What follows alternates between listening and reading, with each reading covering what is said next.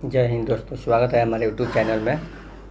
तो आइए आज हम लोग सेट नंबर बिहार BSPHCL का टेक्नीशियन ग्रेड 3 का सेट नंबर 37 आज हम लोग लेकर के आए हैं। सेट नंबर 37 आज हम लोग बनाएंगे। तो आइए हम लोग देखते हैं क्वेश्चन नंबर पहला से कि यहाँ पे कह रहा है कि एकल फेज प्रेरण मोटर में यदि स्टेटर का AC आपूर्ति से जुड़ा हुआ है तो निम्न में से कौन सा कथन सत्य होगा। तो यह कथन कौन होगा? यह स्वतः घूर्ण क्षेत्र में उत्पन्न नहीं कर सकता है, यही सत्य होगा। यूनिवर्सल मोटर में बल आघूर्ण निम्न में से किसके समानुपाती होता है? तो यूनिवर्सल मोटर में बल आघूर्ण जो है आर्मेचर धारा स्क्वायर के समानुपाती होता है।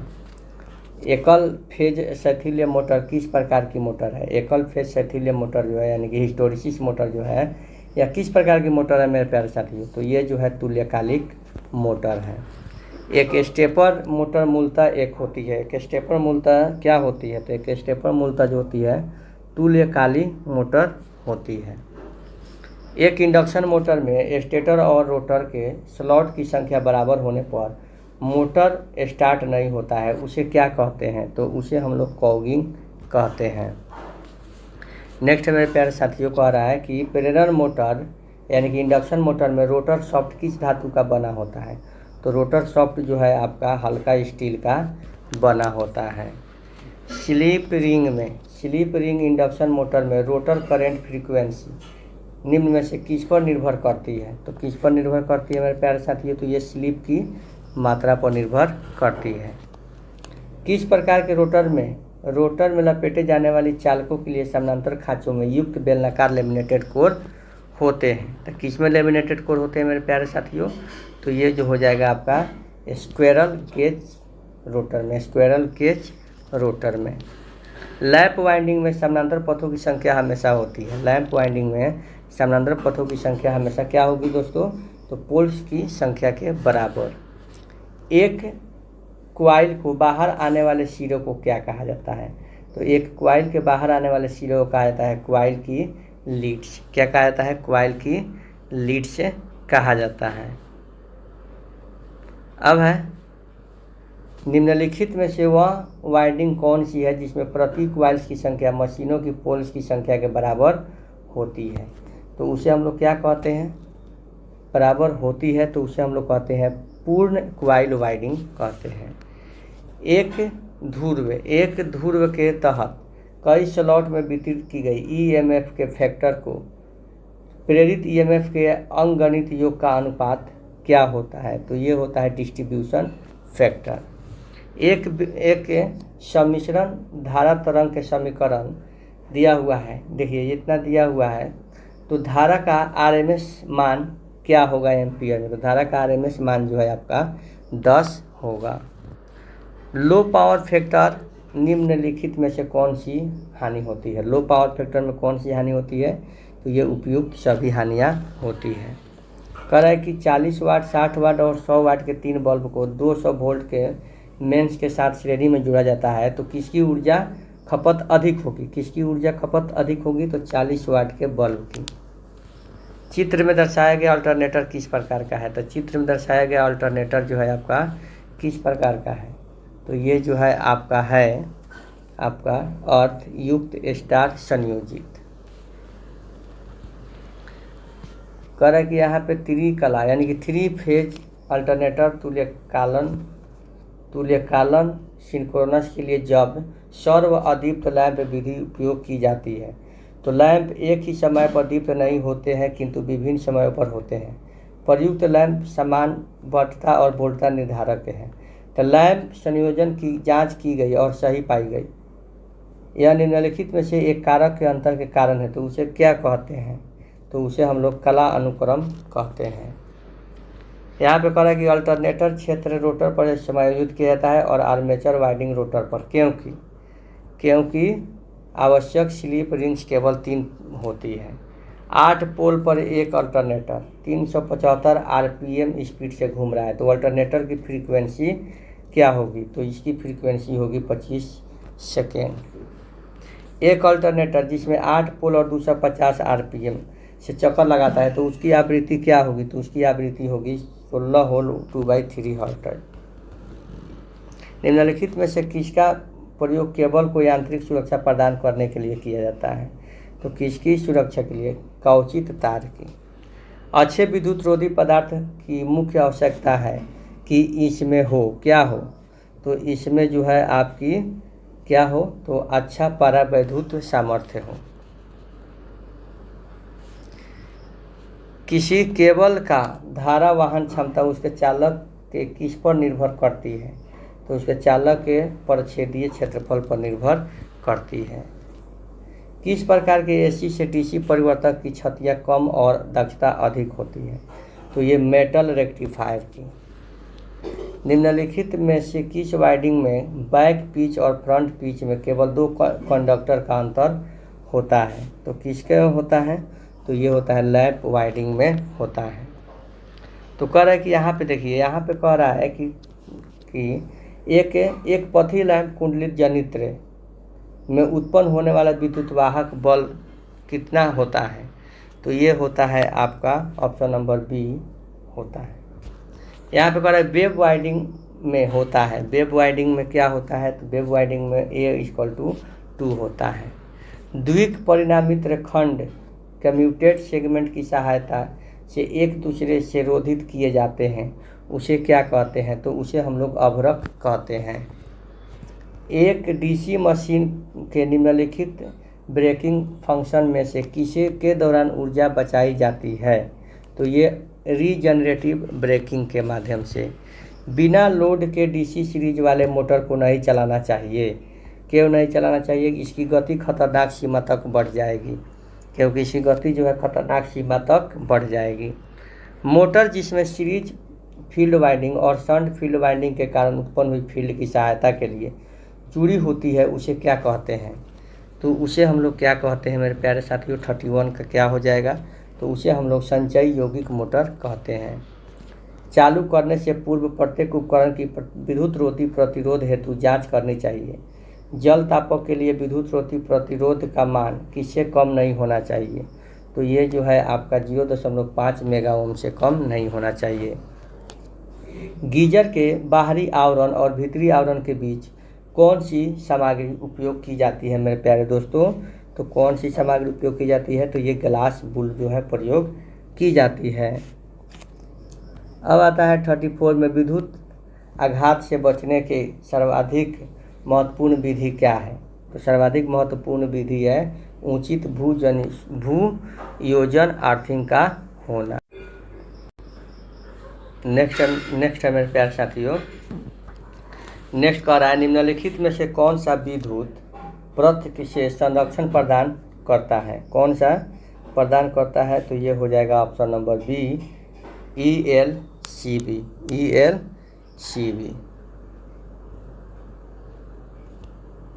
यहाँ पे कह रहा है कि जी सीरीज मिनिएचर सर्किट ब्रेकर यानी कि MCB का इस्तेमाल निम्नलिखित में से किस उपकरण की सुरक्षा के लिए किया जाता है? तो ये किस की? एयर कंडीशनर की सुरक्षा के लिए किया जाता है। उच्च वोल्टेज के प्रति सुरक्षा के लिए निम्नलिखित में से कौन से त्वरित रोधक का इस्तेमाल होता है? कौन से त्वरित रोधक का इस्तेमाल होता है मेरे प्यारे दोस्तों? तो थायराइड लाइटनिंग अरेस्टर का। नेक्स्ट है मेरे प्यारे दोस्तों आगे, एक संचरण लाइन के उपकेंद्र स्टेशन पर 3 फेज ट्रांसफार्मर का कौन सा कनेक्शन किया जाता है? तो कौन सा कनेक्शन किया जाता है? तो ये स्टार डेल्टा कनेक्शन किया जाता है। सीधी HT लाइन में खंभों पर किस प्रकार के रोध लगाए जाते हैं? तो किस प्रकार के रोध लगाए जाते हैं? तो निलंबन प्रकार के रोध लगाए जाते हैं। निम्नलिखित में से उच्च वोल्टेज के रक्षण के लिए सबसे अच्छा उपकरण कौन सा है? तो ये ओवरहेडेड ग्राउंड वायर। आगे कह रहा है कि लाइट और पंखे के उप परिपथ की वायरिंग के लिए प्रयुक्त तांबे चालक की अनुप्रस्थ काट का क्षेत्रफल कितना होना चाहिए मेरे प्यारे साथियों? तो ये होना चाहिए 1.5 मीटर mm²। घरेलू वायरिंग में भू संकर्पण तार का आकार किससे कम नहीं होना चाहिए? तो ये जो है 14 SWG से कम नहीं होना चाहिए। निम्नलिखित में से कौन सा इलेक्ट्रिक वायरिंग का एक प्रकार नहीं है? तो ये है खुली वायरिंग जो है नहीं है। ट्रांसफार्मर की वायरिंग के लिए कौन सा वायर प्रयुक्त किया जाता है?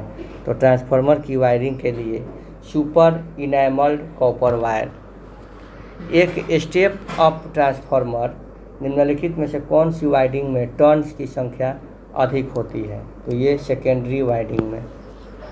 एक ट्रांसफार्मर के लॉस को किसके योग्य के रूप में व्यक्त किया जाता है? तो इसे किसे लॉ के रूप में व्यक्त किया जाता है? तो ये केवल 1 और 4 के। ट्रांसफार्मर की सामान्य दक्षता अधिकतम कब होती है? तो इसकी अधिकतम होती है यह एक लोड पर चलता है जब कॉपर लॉस आयरन लॉस के बराबर होती है तब। कुंडलन प्रतिरोध की वजह से होने वाली हानियों को क्या कहा जाता है?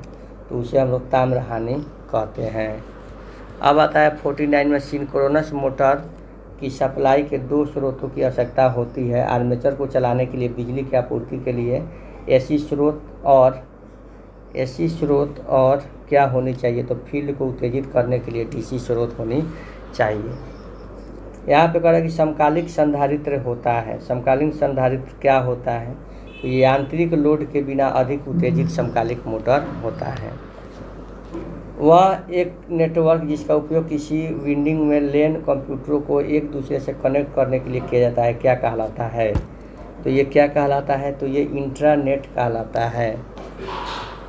ये आईपी एड्रेस की श्रेणी क्या है? जो आईडी एड्रेस दिया गया है इसकी किसकी श्रेणी है? इसकी श्रेणी क्या है? कौन सी श्रेणी है? तो ये ए श्रेणी की है। आईपी एड्रेस की कुल संख्या क्या है? तो आईपी एड्रेस की कुल संख्या 5 होती है। माइक्रोसॉफ्ट पावर पॉइंट 2060 में save as dialog box open करने के लिए निम्नलिखित में से कौन सा बोर्ड शॉर्टकट का इस्तेमाल किया जाता है? तो कौन सा बोर्ड? Alt+F2 का। डिफ़ॉल्ट रूप में MS power point presentation file को एक्सटेंशन में होता है क्या होता है? PPTX में होता है। अब कह रहा है कि इसमें कौन सा गलत या सही है? तो एक वर्ड डॉक्यूमेंट पेज मार्जिन हमेशा फिक्स होती है और इसे बदला नहीं जा सकता है। एक डॉक्यूमेंट में हेडर और फुटर दोनों एक साथ नहीं हो सकते हैं। तो ये क्या है? तो इसमें दोनों गलत है। कंप्यूटर के प्रोसेसर की गति किस में मापी जाती है? तो इसे जो है IMIPM में मापी जाती है। कैच मेमोरी किस में अवस्थित होती है? तो कैच मेमोरी जो है आपका किस में अवस्थित होती है? तो ये ऑप्शन नंबर ए हो जाएगा, CPU रजिस्टर और मेन मेमोरी के मध्य में। स्कैनिंग की गई तकनीकी जो पूर्ण निर्धारित स्थान में लगे बॉक्स को पढ़ता है क्या कहलाता है? तो ये कहलाता है OMR। वास्तविक भौतिक पतों के लिए तार्किक पतों को मानचित्र की प्रक्रिया के रूप में जाना जाता है तो उसे हम लोग क्या कहते हैं? तो एड्रेस वाइंडिंग कहते हैं। कंप्यूटर विज्ञान में ASP का विस्तृत रूप क्या है? तो ASP का विस्तृत रूप है आवेदन सेवा प्रदाता। विंडो एक्सप्लोरर क्या है? तो विंडो एक्सप्लोरर जो है एक फाइल मैनेजर है। विनजिप का अर्थ क्या होता है? तो विनजिप का अर्थ होता है वह बड़ी फाइलों को छोटी फाइलों में कंप्रेस करता है। बूटिंग एक टर्म है जो प्रदर्शित करने के लिए होता है। बूटिंग क्या है? तो प्रोग्राम को डिस्क से मेमोरी में लोड करना। लिनक्स टॉरवाल्ड्स द्वारा विकसित की जाती है किसके द्वारा? कब? तो 1991 में विकसित किया गया था। वे तुम उन सब स्वामी में अलंकार कौन सा है? तो इसमें जो है उपमा अलंकार है। कठोर मजबूत दृढ़ के लिए कौन सा अनेकार्थिक शब्द है? तो ये होता है ठोस। राम और श्याम पढ़ने चले गए वाक्य में कौन सा अवयव है? तो इसमें समुच्चय बोधक अवयव है। अभी उपसर्ग से बना शब्द कौन सा है? तो अभी से बना शब्द अभिनंदन है। निम्नलिखित विकल्प में 4 विकल्पों में से उस विकल्प का चयन कीजिए जो सही विकल्प है। धमाका शब्द में कौन सा प्रत्यय है? तो धमाका शब्द में आका प्रत्यय है। वे उत्तम संस्करणों में से हमें दृढ़ करेंगे कि वाक्य में किस कारक का प्रयोग हुआ है। वे उत्तम संस्करणों से हमें दृढ़ करेंगे। इस वाक्य में कौन सा कारक है? तो इस वाक्य में जो है कारण कारक है। निम्नलिखित में से कौन सा शब्द मोहक का पर्यायवाची नहीं है? तो कौन सा शब्द मोहक का पर्यायवाची नहीं है? तो ये है कांति। क्या है? कांति। बीरू और जय में चोली दामन का साथ है। रेखांकित मुहावरे का अर्थ क्या है?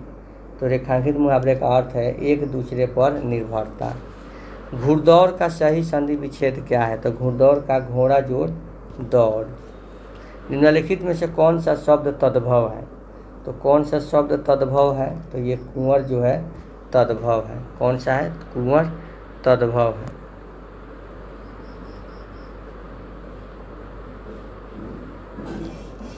अब यहाँ पे कह रहा है कि children listen people speaking around them for long time before they long belong to speak.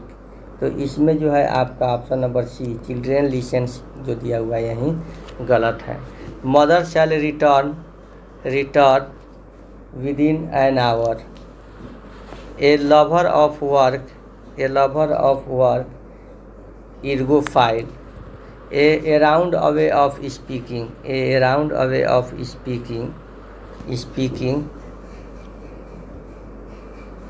Calculation circumlocution. Select the correctly spelled क्या होता है? इसमें कौन सा सही स्पेलिंग है? तो ये हो जाएगा 14th जो है सही स्पेलिंग है। यहाँ पे जो है 81 का अबाउट को ऐसे लिखता है, इसको ऐसे लिखता है, तो ये 81 का जो हो जाएगा आपका ऑप्शन नंबर ए ही हो जाएगा। जैसे पी का क्या लिखा है? पी का एन लिखा है, तो एन हम लोग लिख दिए। अब देखिए क्या है? एल है, तो एल का क्या लिखेगा? बढ़ा के लिखेगा, तो एल का घटा के 2 को लिखेगा तो जे लिखेगा, फिर बढ़ा के लिखेगा, फिर घटा के लिखेगा तो फिर एल होगा, तो इसीलिए हमारा ऑप्शन नंबर ए हो जाएगा। अब कह रहा है कि 82 के कह रहा है कि कुछ लड़कियां जो देखो कुछ लड़कियां जो है क्या है? चालाक है। सभी चालाक क्या है? मेहनती है। तो कुछ लड़कियां मेहनती नहीं है, कुछ लड़कियां मेहनती नहीं है, सही है। कुछ लड़कियां मेहनती नहीं है, ठीक है, नहीं है। कुछ लड़कियां मेहनती है, कुछ लड़कियां मेहनती है, सही है। तो हमारा ऑप्शन नंबर क्या हो जाएगा? बी जो है सही हो जाएगा। 83 कह रहा है कि यहाँ पे क्या होना चाहिए? 83 में 16, 24, तो इसमें हमारा क्या बढ़ रहा है? 8 बढ़ रहा है, इसमें 12 बढ़ रहा है, तो इसमें 16 बढ़ेगा, तो हमारा क्या होगा? 52 होना चाहिए। क्या होना चाहिए हमारा? इसमें कितना बढ़ रहा है? 8, इसमें 8 बढ़ रहा है, इसमें 8 4 12 बढ़ रहा है, तो 16 बढ़ेगा। तो हमारा इसमें क्या होना चाहिए आपका? 83 का, तो 83 का हमारा 1 न होना चाहिए, सॉरी, क्या होना चाहिए हमारा? सॉरी दोस्तों, इसका आंसर 52 नहीं होगा, इसका आंसर जो हो जाएगा आपका ए होगा। कैसे होगा? देखिए 16 है तो 16 का आधा इसमें जुड़ रहा है, 24 के हाफ जो है 12 जो है इसमें जोड़ा है 36, 36 का हाफ जो है 18 इसमें जुड़ेगा तो 54 होगा, 54 का हाफ जिसमें 27 जुड़ेगा तो यह जाके 81 होगा, यानी कि हमारा आंसर क्या होगा? 54 होगा। अब यहाँ पे 84 में कह रहा है कि एक कक्षा में बाएं से 19वां है और दाएं से 16वां है। तो कह रहा है कि यदि केवल अंकिता इन दोनों के ठीक बीच में है, ठीक बीच में है, तो इसमें कितने व्यक्ति हो सकते हैं? तो इसमें कितने व्यक्ति हो सकते हैं? तो इसमें जो है आपका 32 व्यक्ति हो सकते हैं। यहाँ पे कह रहा है कि 6 लड़कियाँ एक केंद्र में बैठी हुई है मुँह करके, जूली जम्बा। तो कह रहा है कि बताए कि रीति के बाईं ओर कौन सा है? तो रीति के बाईं ओर जो है आपका ऑप्शन नंबर ए हो जाएगा, श्वेता बैठी है। यहाँ पे कटिंग किया हुआ है, तो इसको खोलेंगे तो हमारा यहाँ भी एक बनेगा और यहाँ भी बनेगा, जो खोल देंगे तो हमारा ऊपर भी बनेगा, यानी कि हमारा कौन सा बनेगा? तो हमारा होगा यहाँ पे आपका 86 का ऑप्शन नंबर सी हो जाएगा। यहाँ पे कह रहा है कि देखिए यहाँ पे कह रहा है कि 8, 24, 21 है, ठीक है, 24, 42, यहाँ पे बढ़ रहा है 8 3 24, 14 3 42, 21 3 63, ठीक है। तो यहाँ पे क्या हो रहा है कि 24 में से तुम्हारा क्या घट जा रहा है? 7 घट गया, तो यहाँ पे तुम्हारा 13 घट गया, तो यहाँ पे 20 घट गया, 20 घट गया तो कितना हो जाएगा हमारा? तो हमारा हो जाएगा 43। दिए गए चित्र में दर्पण रखना है। दर्पण कहाँ पे रखना है? यहाँ पे दर्पण रखेंगे तो हमारा फिगर यहाँ बनेगा। यहाँ बनने का मतलब है कि हमारा ऑप्शन हो जाएगा डी नंबर। अब यहाँ पे मान रख के बनाना है, तो मान रख के बनाएंगे तो क्या होगा? क्या मान रखेंगे? तो देखिए यहाँ पे जो है हमारा 26 है, 3 है, तो हैच का मतलब क्या होता है? गुना। ये गुना हो जा रहा है, ये जुट जा रहा है, तो गुना होगा 7 का 21 से जुट जाएगा 9, तो क्या हो जाएगा हमारा 30, यानी कि हमारा आंसर हो जाएगा ऑप्शन नंबर डी। यहाँ पे 6 में बांट देंगे। यहाँ पे कितना दिया हुआ है 1 2 3 4 5 6 7 8 9 12 13 14 15 16 17 18 तो 6 से बांटेंगे 1 2 3 4 5 6 जेड 1 2 3 4 5 6। अब जेड पी जेड है, पी जेड है तो पी के बगल में जेड लिखेंगे, ठीक है। और यहाँ पे ए लिखेंगे। अब शुरू में एल है तो एल लिखेंगे, एल के बाद एन है तो एन लिखेंगे, ठीक है। अब एन के बाद क्या है यू है तो यहाँ पे यू लिखेंगे, यू लिखेंगे। तो यहाँ पे एल के बाद क्या है तो एन लिखेंगे, एन के बाद यू है, यू के बाद ए है, ए के बाद क्या है पी है। तो अब हमारा इसमें से मिला लेंगे N P L U Z N A, यानी कि हमारा ऑप्शन नंबर ए जो है इसका आंसर हो जाएगा। किस अधिनियम के तहत भारत में हाई कमीशन पद की स्थापना की गई है? किस अधिनियम के तहत? अधिनियम 1919 का अधिनियम के तहत। बिपिन चंद्र पाल कौन सा अंग्रेजी साप्ताहिक पत्र लिखे हैं? बिपिन चंद्र पाल कौन सा पत्र लिखे हैं? तो बिपिन चंद्र पाल जो है आपका नव भारत के लेखक हैं। अफगानिस्तान के प्रति आक्रमण नीति किस वायसराय ने अपनाई थी? तो किसने अपनाई थी? तो ये लॉर्ड रिटन ने अपनाई थी। नदी के उच्च ज्वारीय मुहाने को क्या कहा जाता है जहाँ मीठे और खारे जल का सम्मिलन होता है? तो उसे हम लोग कहते हैं ज्वारनद मुख। निम्न में से कौन सा राज्य बांग्लादेश के साथ अपनी सीमा साझा नहीं करती है? तो ये है आपका मणिपुर। मूसा और भीमा, मूसी और भीमा नदियाँ किसकी सहायक नदियाँ हैं? तो ये है कृष्णा की सहायक नदियाँ। सूचना का अधिकार अधिनियम प्रावधानों के तहत भारत का कोई भी नागरिक जानकारी का अनुरोध कर सकता है तो लोक प्राधिकरण से। रंगराजन आयोग के सिफारिश पर एक अधिसूचना के माध्यम से 2005 में कथी स्थापित किया गया था? तो ये कथी स्थापित किया गया था? तो ये हो जाएगा ऑप्शन नंबर डी, राष्ट्रीय सांख्यिकी आयोग जो है स्थापित किया गया था। केंद्रीयकरण प्रणाली की सिफारिश किसने की थी? केंद्रीयकरण प्रणाली की सिफारिश जो है बलवंत राय मेहता ने की थी। पंचायती राज संस्थाओं में 29 राज्यों की सूची किस अनुच्छेद के तहत दी गई थी? तो ये दी गई थी अनुच्छेद 243 के जी के तहत। तो आज ये हमारा सेट कंप्लीट हो गया। अब हम नेक्स्ट सेट में मिलेंगे, नेक्स्ट वीडियो में मिलेंगे। तो आप लोगों को ये वीडियो हमारा कैसा लगा इसमें ज़रूर कुछ कमेंट कीजिएगा, सब्सक्राइब भी कीजिएगा। तो तब तक चलिए बाय बाय।